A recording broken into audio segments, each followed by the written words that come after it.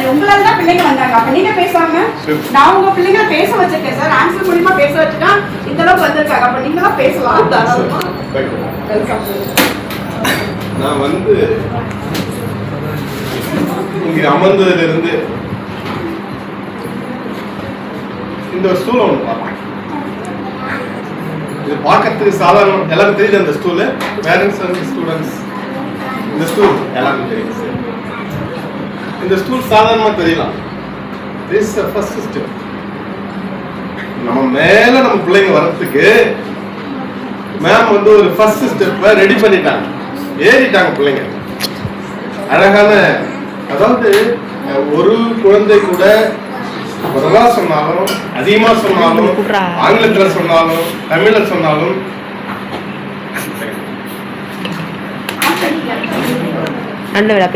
எந்த அளவுல சொன்னாலும் அவங்க அந்த பிள்ளைய அப்ரிஷியேட் பண்ணாங்க. அதையும் நான் பார்த்தேன். இது எல்லாமே ஏன்னா அந்த பிள்ளைங்களை டிமோட்டிவேட் பண்ணாம மோட்டிவேட் பண்ணி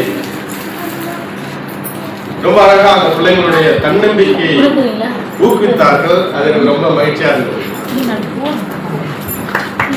ஒரு என்னோட உரையின் ஆரம்பமாக ஒரு 4 பேருக்கு நன்றி சொல்லணும். முதல்ல கடவுளுக்கு நன்றி சொல்ல வேண்டும். ஏன்னா நம்ம எல்லாருமே யார்கிட்ட கேட்கணும், எது இருந்தாலும் கடவுளுக்கு தான் கேட்கிறோம். அதனால நம்ம பிள்ளைகளை பொறுத்தவரையிலே அவருடைய கல்வி, அவருடைய வாழ்வாதாரம், வாழ்க்கையோட உயர்வு, அவருடைய பணி எல்லாத்துக்கும் நம்ம கடவுளை தான் கேட்கிறோம். அதனால கடவுளுக்கு நான் முதல்ல நன்றி சொல்றேன்.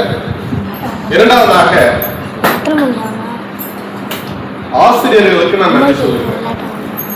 என்னுடைய மகன் 10ஆம் வகுப்புல 407 மார்க் வாங்க.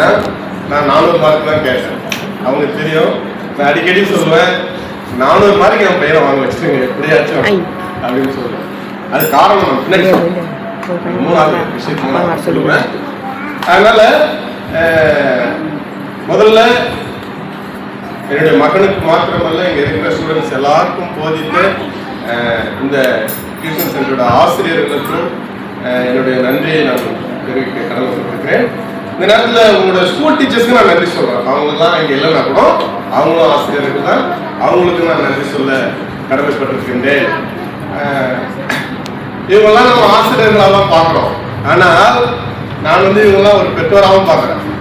ஏன்னா நாங்கள் இங்கே அனுப்பிடுறோம், அவங்க ஆசிரியர்களாக மட்டும் இருக்கிறது. டியூஷன் மேம் சொன்னாங்க, அவங்க பையனை எப்படி யாருக்கிட்ட நான் ஸ்நாக்ஸ்லாம் கொடுத்துருவேன். ஞாபகம் இருக்குது. நான் ஸ்நாக்ஸ் கொடுத்துட்றேன், நான் பார்த்துக்கிறேன், காஃபி கொடுத்துறவங்க என்ன வேணாலும் நான் பார்த்துக்கிறேன், நீங்க கவலைப்படாதீங்க, நீங்க போங்க சார் அப்படின்னு. அப்போ ஒரு பெற்றோருடைய அன்பு, பெற்றோருடைய பாதுகாப்பு, பெற்றோருடைய கேர் அவங்க கொடுக்குறாங்கன்னா அவங்க பெற்றோர் தான். பள்ளியிலையும் டியூஷன் சென்டர்லயும் ஆசிரியர்கள் தான் பெற்றோர்கள். எப்போது நாங்களும் டீச்சரா மாறிடுவோம் எங்க வீட்டுல, என்ன படிக்கிறா என்ன. அப்போ சில நேரங்களில் ஆசிரியர்கள் பெற்றோர், ஆனா எப்பொழுதுமே பெற்றோரா இருக்கிறவங்க யாரு? ஆசிரியர்கள். அதனால அவங்களுக்கு நான் என்னுடைய உள்ளத்தின் ஆழத்திலிருந்து மிகுந்த நன்றியை நான் தெரிவித்துக் கொள்ள கடமைப்பட்டிருக்கின்றேன். 3வது வந்து ஒவ்வொரு மாணவர்களுடைய நண்பர்கள், அவங்களுக்கு நான் நன்றி சொல்லணும். ஏன்னா அந்த நண்பர்கள்லாம் நல்ல நண்பர்களா இருந்தாதான் அந்த ஒரு மாணவனோ அந்த ஒரு மாணவியோ நன்கு படிக்க முடியும், இல்லைன்னா கஷ்டம். அதனால உங்களுடைய நண்பர்களை தேர்ந்தெடுக்கும் போது நல்ல நண்பர்களாக தேர்ந்தெடுத்துக்கோங்க. அது மட்டும் இல்ல, வேலையில குறைபாடு அவங்க நீங்க சரி செய்யலாம். திருவள்ளுவர் இடித்துரைக்க வேண்டும் என்று சொல்லுவார் திருவள்ளுவர். அதனால இந்த நண்பர்களை நீங்கள் நல்ல முறையிலே நீங்கள் உங்களுடைய நட்பை வளர்த்துக்கணும். அப்ப நீங்க என்ன பண்ண முடியும்? நல்ல மதிப்பெண்கள் தர முடியும். முதலாவது விஷயம். 2வது விஷயம் என்ன சொல்ல போறேன், எந்த குழந்தையும் நல்ல குழந்தை தான் மண்ணில் பிறக்கையில். இது சினிமா வரியம் இல்லையா? சினிமா பாரு. எந்த குழந்தையும் நல்ல குழந்தை தான் மண்ணில் பிறக்கையிலே நல்லவனாவதும் தீவனாவதும் யார் வளர்க்கல? அன்னை வளர்க்கல. அன்னைக்கு மட்டும்தான் பங்கு இருக்குதா? அன்னைக்கு மட்டும்தான் அந்த பங்கு மொத்தமா அவங்க தலையில திரிச்சிடுறோம். அப்புறம் பையன் நல்லபடியா, பிள்ளை நம்முடைய பெண் மகள் நல்லபடியா ஆனவுடனே அப்பா என்ன பண்றாரு? காலத்துக்கு போட்டுன்னு என் பிள்ளை அன்னை என்பது பெற்றோரை தான் குறிக்குது, அன்னை என்பது தந்தை தான் குறிக்குது, அன்னை என்பது ஆசிரியர்கள் தான் குறிக்குது, அன்னை என்பது நல்ல நண்பர்கள் தான் குறிக்குது. நம்மை சுற்றி உள்ள அனைவரும் தான் அதுக்கு பொறுப்பாவாங்க. ஆகவே இப்ப நான் சொன்ன பாருங்க, இந்த சின்ன ஸ்டூல் இதுதான் அந்த மாணவன் உயர்ந்த நிலைக்கு கொண்டு பார்த்து இந்த ஸ்டூல் தான், இதுதான் ஃபர்ஸ்ட் ஸ்டெப்.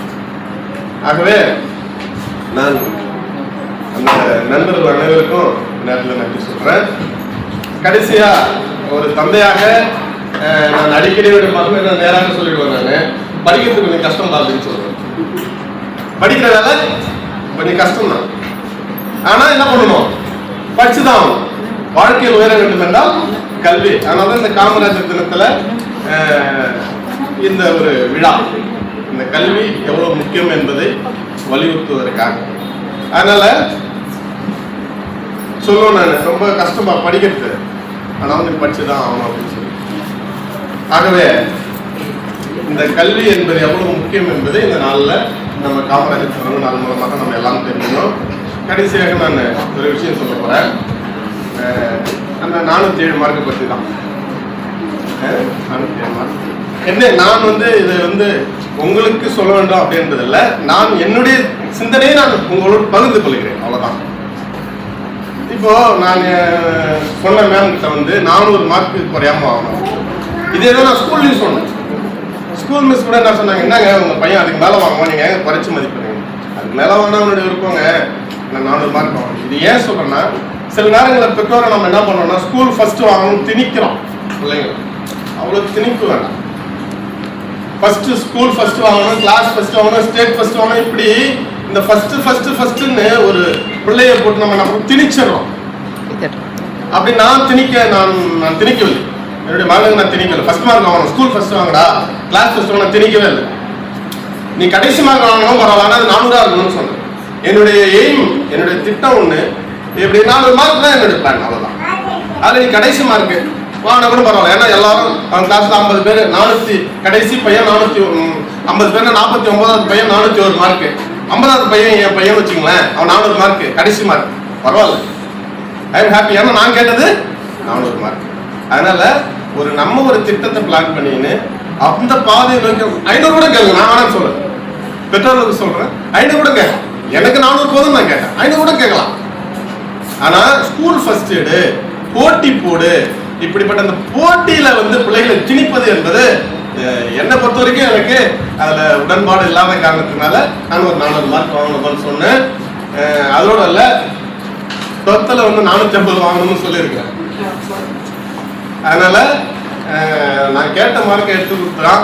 என்னுடைய மகனுக்கு இந்த நேரத்தில் நான் ஒரு நன்றி சொன்னேன், ஏன்னா அப்புறம் வீட்டில் சொன்னதை கண்டுக்க மாட்டான். அதனால இந்த இடத்துல ரொம்ப ஹார்ட் ஒர்க் பண்ணி என்ன ரொம்ப நானும் கோவப்படுவேன், அவனும் கோவப்படுவான், 2 பேருமே கோவப்படுவோம். ஆனாலும் நம்முடைய எய்ம் என்னவா இருக்குன்னா 400 மார்க்காக இருக்கணும் அப்படிங்கிறத நோக்கி 2 பேருமே போகணும். அதுக்கு நான் பெரிய அளவில் சப்போர்ட் பண்ணணும், நாளை பெருமை சொல்லிக்க கூடாது. முழுமையான முயற்சி ஃபுல்லாக மகனுடையது தான். அதனால நான் அவன்கிட்ட சொன்னேன், இதுக்கு நீ தான் படிச்ச, இந்த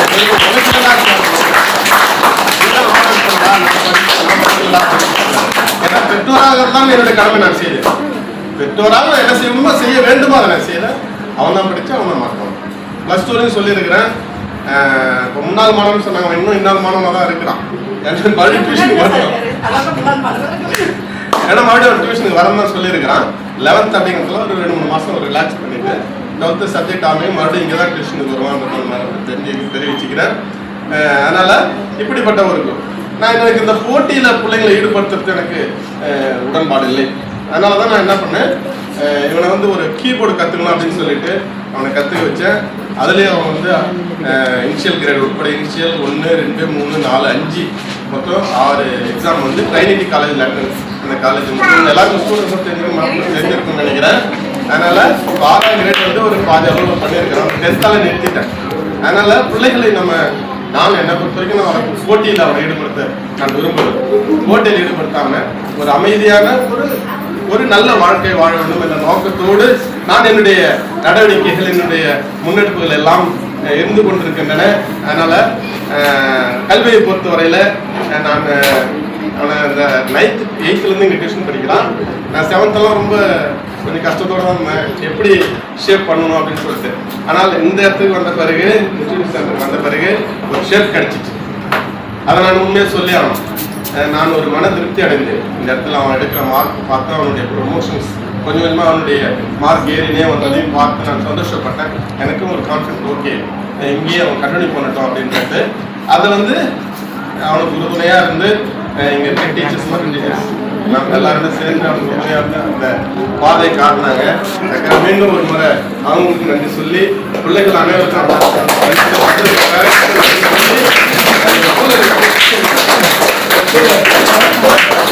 மறக்க மாட்டேன். ஏன்னா திஸ் ஃபர்ஸ்ட் சிஸ்டம், முதல் படி இதுதான். அந்த பிள்ளைகளை உயர்வுக்கான முதல் படி அப்படிதான் நாங்கள் பார்க்குறோம். அந்த ஸ்கூலில் தான் நான் ஆக்சுவலாக 10 பிள்ளைங்க வந்தாலும் அதில் ஏறி நின்று அந்த ஸ்டேஜ் ஃபியர் இல்லாமல் அந்த உலகத்தில் இந்த சாதாரண படியில் நான் திரும்ப சொல்கிறேன் பாருங்க. இந்த சாதாரண படியில் இன்னைக்கு ரோட்டில் போக முடியாது. சின்ன பிள்ளைங்களாகட்டும் பெரியவங்களாகட்டும் பெண் பிள்ளைங்களாகட்டும் ஆண் பிள்ளைகள் ரோட்டில் போக முடியாது. பயங்கரமான இடையூறு பல விதங்கள். ஆனால் அதையெல்லாம் தவிர்த்து தெரியணும். அதெல்லாம் ஓவர் கம் பண்ணி வாழ்க்கையில நம்ம சரியான பாதையில போகணும் அப்படின்னா நமக்கு ஒரு தைரியம் வேணும். அந்த தைரியத்தை ஆரம்பிக்கிறபடி தான் இந்த படியா நான் பாக்குறேன். எல்லா பிள்ளையும் தைரியமா தேர்ந்தாங்க.